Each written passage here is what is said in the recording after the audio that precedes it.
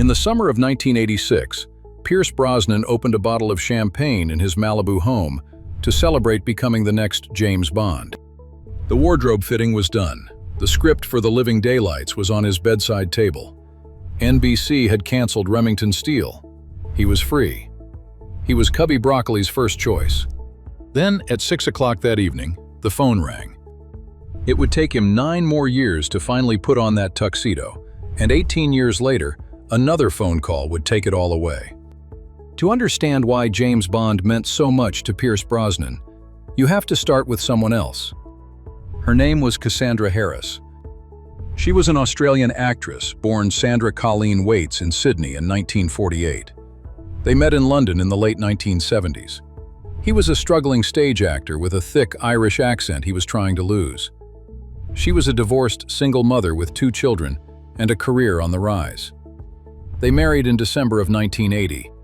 A year later, Cassandra landed a role that would change both of their lives. She was cast as Countess Liesl von Schlaff in For Your Eyes Only, opposite Roger Moore. Pierce visited her on set. He met Albert Broccoli, the legendary producer known to everyone simply as Cubby. He had built the Bond empire from the ground up. Pierce stood on the sound stages where the world's most famous spy had been born and reborn for 2 decades. For a young Irish actor with no money and very few major film credits, it was a glimpse into a world he had only seen from a cinema seat in Navan as a boy. That visit lit a fire that would never go out. From that moment on, Bond was not just an aspiration, it was personal, tied to his wife, tied to the woman who had brought him into a world he never expected to enter, and tied, eventually, to a tragedy he could not have imagined. But the road from that day on the Bond set to actually wearing the tuxedo would be longer, stranger, and more painful than anyone realized. It would start with a television show that refused to die. In 1982, Pierce Brosnan was cast as the title character in a new NBC detective series called Remington Steele. The role suited him perfectly. A charming, tuxedoed con man pretending to be a sophisticated detective. Critics noticed. So did Cubby Broccoli. Pierce was already auditioning for Bond, in a way, every week on primetime television. By 1986, after 4 seasons, Remington Steele's ratings had dwindled. It was spring 1986, and Brosnan received word that the NBC Sleuth series would not be renewed for a 5th season. Roger Moore had retired from Bond after A View to a Kill. Cubby Broccoli wanted a new 007 for the next film, The Living Daylights. Pierce was the first choice. Following a successful screen test, he was offered the role. But Brosnan's NBC contract had a clause buried inside it. NBC had 60 days in which to resell or revive the show after cancellation.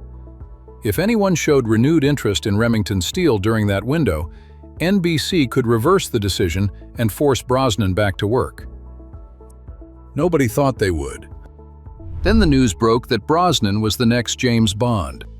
Suddenly, the canceled show was the most talked-about series in the country. Summer reruns broke ratings records. Fans wrote letters. Fans protested. Pierce Brosnan was about to become Bond, and they wanted Remington Steele back too. NBC waited until the very last day of the option period. Brosnan would later describe the scene. He was at home in Malibu, the wardrobe fitting complete, the Bond script on his nightstand, drinking champagne with friends. Day 59 came and went. Everything was fine. Day 60. 6 o'clock in the evening, the phone rang. NBC had reversed the cancellation. Remington Steele was coming back for 6 episodes. Cubby Broccoli refused to share his Bond with a competing weekly TV show. The Bond brand could not afford to be diluted by a weekly TV detective. Timothy Dalton was cast as James Bond. Brosnan was crushed. A close friend later described him as heartbroken. He was not angry. He was simply heartbroken. The role of a lifetime had been ripped away by a single clause in the fine print of a contract he had signed years earlier. And the worst part was, he had no idea the weight was about to get 1,000 times harder. For the next 9 years, Pierce Brosnan watched someone else play James Bond.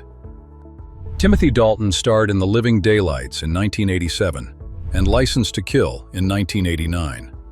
Neither film was the hit the producers needed. Then legal disputes between MGM and the Bond producers froze the franchise entirely.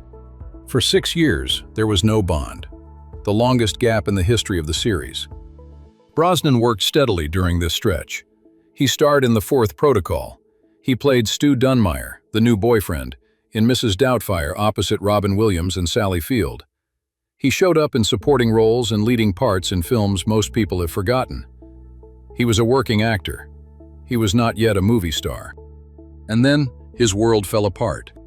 In 1987, the same year Timothy Dalton debuted as James Bond, Cassandra Harris was diagnosed with ovarian cancer. She fought it for 4 years, 8 surgeries, multiple rounds of chemotherapy. Brosnan was at her side through all of it.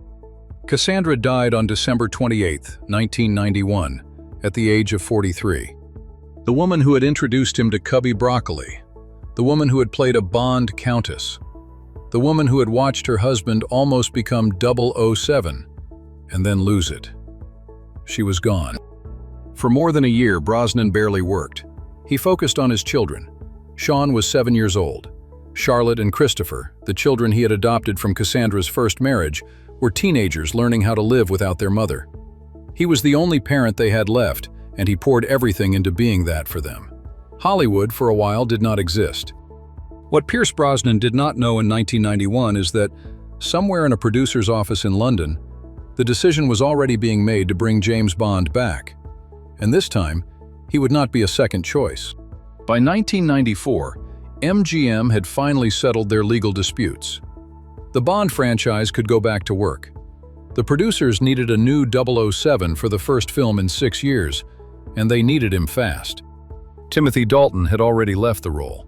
The producers were looking at a familiar shortlist: Mel Gibson, Liam Neeson, and the actor they had wanted the first time, Pierce Brosnan. This time, there was no Remington Steele in the way, no clause in a contract, no NBC option.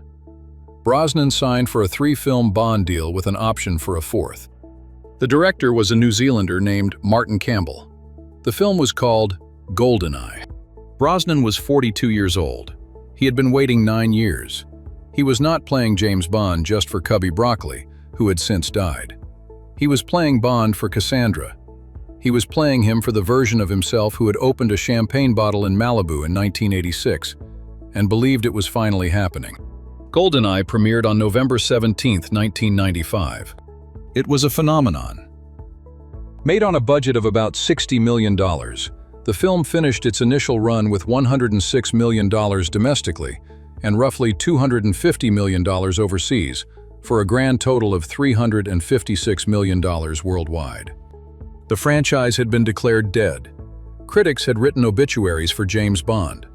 The world had moved on from Cold War spies. And then Pierce Brosnan stepped through a door in a Russian villa, locked eyes with Famke Janssen, and reminded everyone exactly why Bond worked. Roger Ebert wrote that Brosnan's Bond felt, in his words, more sensitive, more vulnerable, more psychologically complete than the versions before him. Martin Campbell had brought new energy. Brosnan had brought charm without camp. The two of them, together, had dragged Bond out of the 1980s and into a modern action era. And the most important thing GoldenEye did was prove that Bond could survive without Sean Connery, without the Cold War, without nostalgia. The character could be reborn. For Pierce Brosnan, who had waited nearly a decade for this moment, the success was sweeter than most actors ever experience. He had been told no. He had been told the moment had passed. He had buried his wife. And then he had walked onto a London soundstage and pulled the entire franchise back from the dead. But there was a catch nobody saw coming. Pierce Brosnan would play James Bond 4 times. GoldenEye in 1995. Tomorrow Never Dies in 1997. The World Is Not Enough in 1999. Die Another Day in 2002. Each film made more money than the last. By the end of his run, the 4 films together had grossed roughly $1.5 billion worldwide. Brosnan's Bond was different from every actor who had come before him. He had Connery's confidence without the menace. He had Moore's charm without the wink. He had Dalton's intensity without the gloom. One critic called him a clear improvement over his predecessor, with a flair for wit alongside natural charm. He was the first Bond of the Internet era, the first Bond of the post-Cold War era, the first Bond who had to compete with action heroes wearing tank tops and saying catchphrases. Tomorrow Never Dies, directed by Roger Spottiswoode, pitted him against a media mogul villain played by Jonathan Pryce. The World Is Not Enough, directed by Michael Apted, gave him Sophie Marceau as one of the franchise's most complex Bond women. And then there was Die Another Day in 2002. It was his fourth and final Bond film. It was also the highest-grossing Bond film up to that point, taking in over $430 million worldwide. And it was the most divisive. An invisible car, a computer-generated surfing sequence, a plot involving North Korean diamonds and gene therapy. Critics were mixed. Brosnan himself would later say he was not happy with the direction the film took. But on the publicity tour, the producers told him something that made all of it feel worth it. They told him they were thrilled with the success, and they wanted him back. In 7 years, he had played the most iconic spy in cinema 4 times. He had brought James Bond into a new decade, a new millennium, and a post-Cold War world. He had earned his place in the lineage of Sean Connery, George Lazenby, Roger Moore, and Timothy Dalton. And he was about to find out that none of it mattered. Pierce Brosnan went on the road in 2002, a happy man. He believed he had at least one more Bond film in him, maybe 2. He was wrong. In 2004, while Brosnan was at home preparing for what he thought would be his 5th James Bond film, the phone rang. It was the same kind of call that had ended his Bond dream in 1986. Different decade, different studio, same result. Pierce Brosnan, who was gearing up for a 5th movie in the franchise, was told by producers the role was being recast. The producers, Barbara Broccoli, Cubby's daughter, and Michael G. Wilson, had decided to take the franchise in a different direction. Some accounts say the issue was money.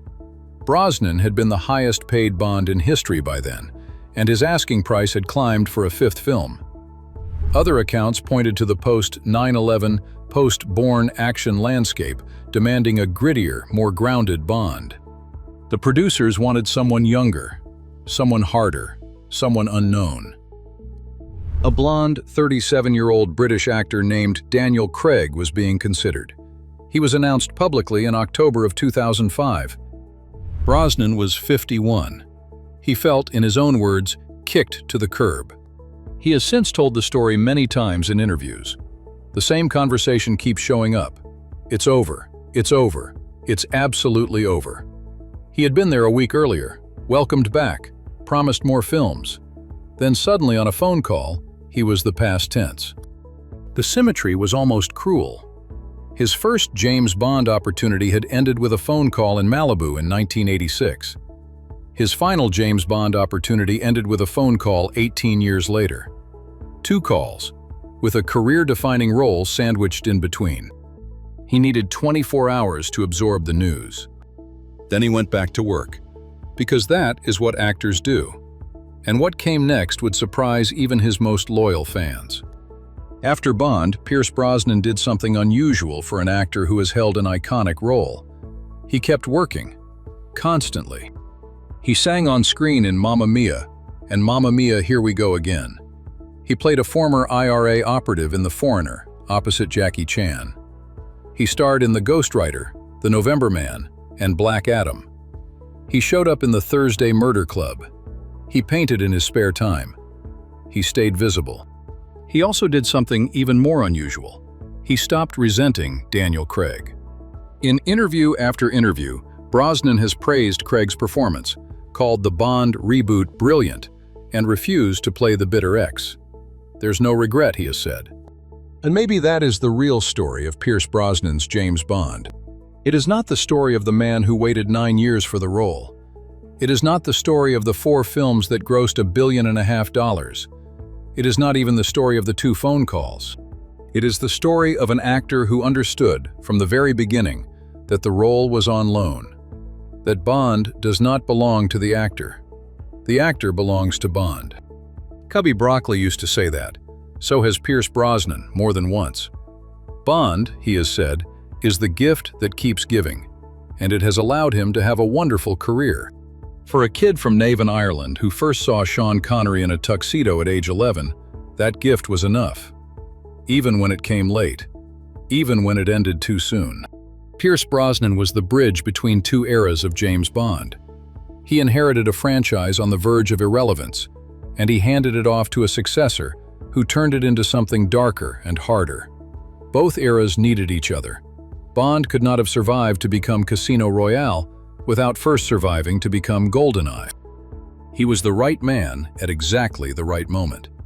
He waited longer than he should have for his chance. He gave it up sooner than he wanted to. And in the space between those two phone calls, he saved a franchise. If you want to see how another iconic actor handled losing the role of a lifetime to a younger version of themselves, that story is on screen now. Subscribe for more stories like this one.